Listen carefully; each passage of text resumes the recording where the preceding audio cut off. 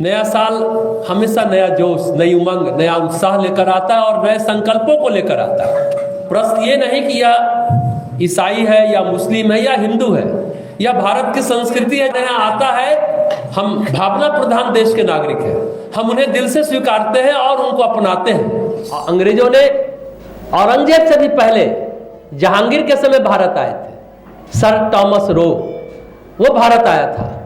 भारत में पहली बार पदार्पण अंग्रेज का जहांगीर के समय हुआ, यह बात बहुत लोगों को नहीं मालूम है। हाँ, अंग्रेजों ने बदतमीजी शुरू की औरंगजेब के समय। औरंगजेब में तमाम खामियां थी, पर था तो ताकतवर। इन्हीं मुंबई के सड़कों पर अंग्रेजों को लिटा लिटा कर मारा था। वो एक अलग कथा है, आज हम लोग कुछ और बात करते हैं। लेकिन हमारे यहाँ जो आए, हमसे मिले जुले, हमने उनको अपनाया और तहे दिल से अपनाया। और जब अपनाया तो बहुत सारी अंग्रेजों की बातों को भी हमने अपनाया। वैसे तो नया साल अपने यहाँ विक्रम संवत से शुरू होता है, चैत्र प्रतिपदा शुक्ल पक्ष। कहीं शक संवत से शुरू होता है दीपावली में, गुजरात साइड। दक्षिण भारत में मकर संक्रांति पोंगल से शुरू होता है, शुरुआत होती है नए साल की। और पंजाब में बैसाखी पूर्णिमा से शुरू होता है।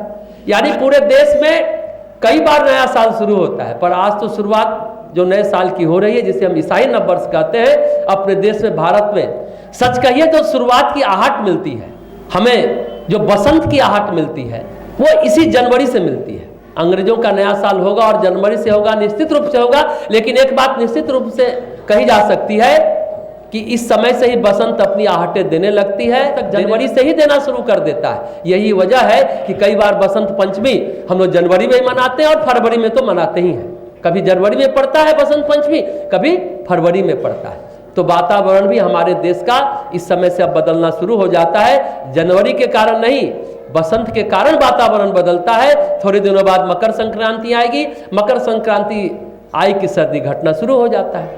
सच पूछे तो 15 दिसंबर से 15 जनवरी तक सर्दी अपने पीक पर रहती है, यानी अपने चरम पर रहती है। अपने देश में जो मौसम में परिवर्तन होता है, इसकी आहटें जनवरी के साथ शुरू हो जाती हैं। और हमारा जो दो त्यौहार है, एक मकर संक्रांति और दूसरा बसंत पंचमी, सर्दी के घटने की शुरुआत इसी समय हो जाती है। दोनों त्यौहार हमारे लिए सचमुच बहुत मूल्यवान है। हमारे जो त्यौहार है, सच कहिए तो मौसम के अनुसार त्यौहार का निर्धारण होता है। मौसम का खुशनुमा होना हमारे लिए त्यौहार की बात है। दरअसल आज हम बसंत के आगमन की प्रतीक्षा का उत्सव मनाने जा रहे हैं 1 जनवरी को। इस वजह से हमारे लिए भी अंग्रेजों का ये नया साल कई अर्थों में नया साल हो जाता है। सबसे बड़ी बात है, जो ऑफिस की गणनाएं हैं, सरकारी गणनाएं, गैर सरकारी गणनाएं, व्यापार की गणनाएं, दुकान की गणनाएं, जो कार्यक्रम है उसकी गणना इसी अंग्रेजी वर्ष से करते ही हमारे मस्तिष्क में रच बस गया है एक तरह से। इस वजह से नया साल मनाते हैं। और नया साल मनाने में कोई आपत्ति नहीं है कि नया साल मनाए, 1 जनवरी को मनाए, मकर संक्रांति को मनाए, चैत्र प्रतिपदा को मनाए, बैसाखी पूर्णिमा को मनाए, दीपावली मनाए, इसमें कोई समस्या नहीं। लेकिन एक बात है, मनाए तो और सिर्फ अपने तरीके से। केक बनाए, केक बनाने से कोई मना नहीं करता, पर अंडे का केक क्यों बनाए?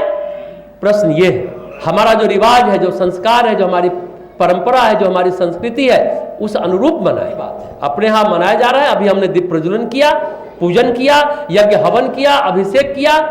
नए साल के उत्सव पर सभी के जीवन में शुभता आए, मंगल ही मंगल हो, इसलिए हम लोग शुरुआत करते हैं। लेकिन अपने तौर तरीके से, अपने रिवाज से मनाते हैं। ये जो रिवाज है, ये जो संस्कार है, जो संस्कृति है, आप देखेंगे दक्षिण भारत में पीढ़ियों दर पीढ़ी ईसाई हो गए लोग, मुसलमान हो गए। केरल में मुसलमान भी है और ईसाई भी है, लेकिन पहनावा नहीं बदला है, खान पान नहीं बदला। वही लुंगी शर्ट पहनते हैं, वही इडली खाते हैं। पहनावा और खान पान जो पीढ़ी दर पीढ़ी चला रहा है, उसी को आज भी वो ईसाई हो गए हो, मुसलमान हो गए हो, लेकिन अपनाए हुए। एक वाकया आपको भी सुनने में अच्छा लगेगा। अटल बिहारी वाजपेयी जब इंडोनेशिया गए, वो मुसलमान देश है, वहाँ बहुसंख्यक मुसलमान है, आते हैं, उनके सामने रामलीला मनाने लगे। अटल बिहारी वाजपेयी ने पूछा, आप लोग रामलीला का मंचन करते हैं, आप तो कुरान के अनुसार आपको चलना चाहिए। अब ध्यान से सुनिए उन्होंने क्या कहा। मजहब से हम भले मुसलमान हैं, नमाज पढ़ने लगे, पर संस्कृति तो हमारी वही है। पुरखे पूर्वज थोड़े ही बदल गए।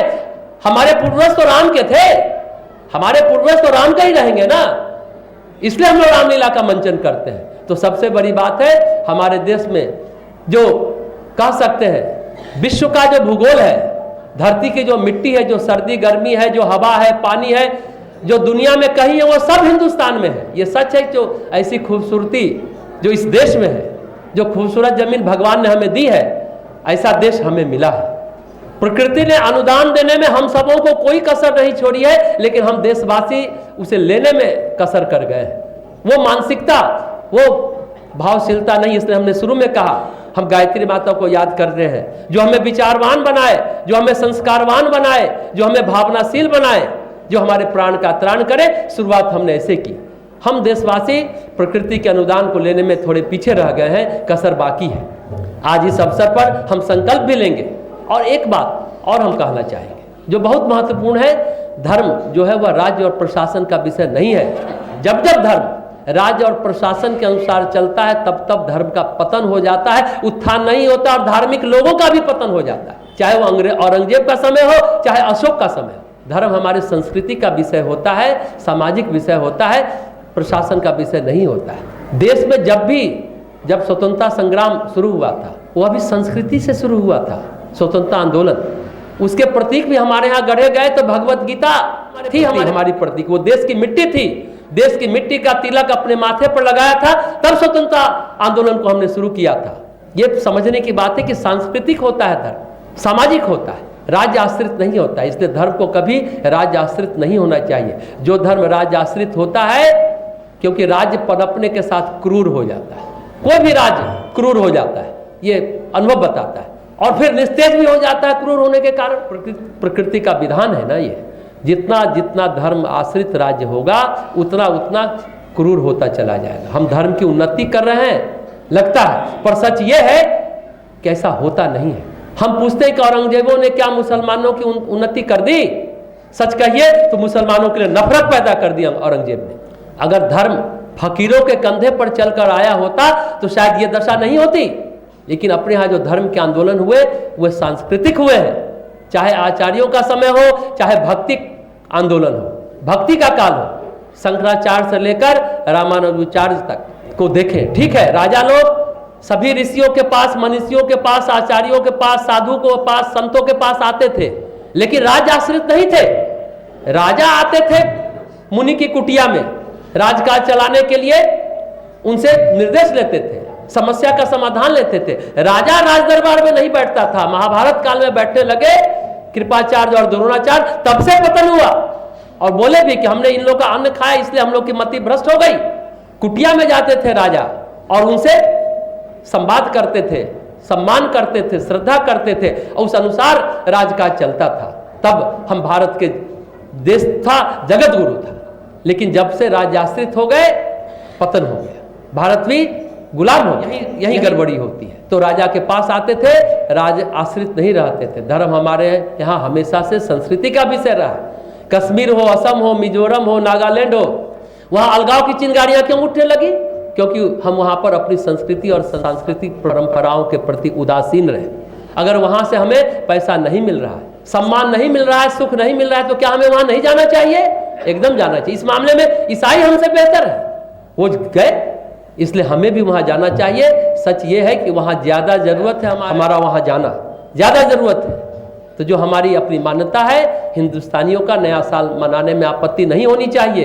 हो सकता है बहुत लोग हमारी बातों से सहमत ना हो, हाँ नया साल लेकिन जरूर मनाइए, लेकिन अपने रीतियों रिवाजों के अनुसार मनाइए, अपनी परंपराओं के अनुसार मनाइए। शैंपन की बोतल नहीं खोलनी चाहिए।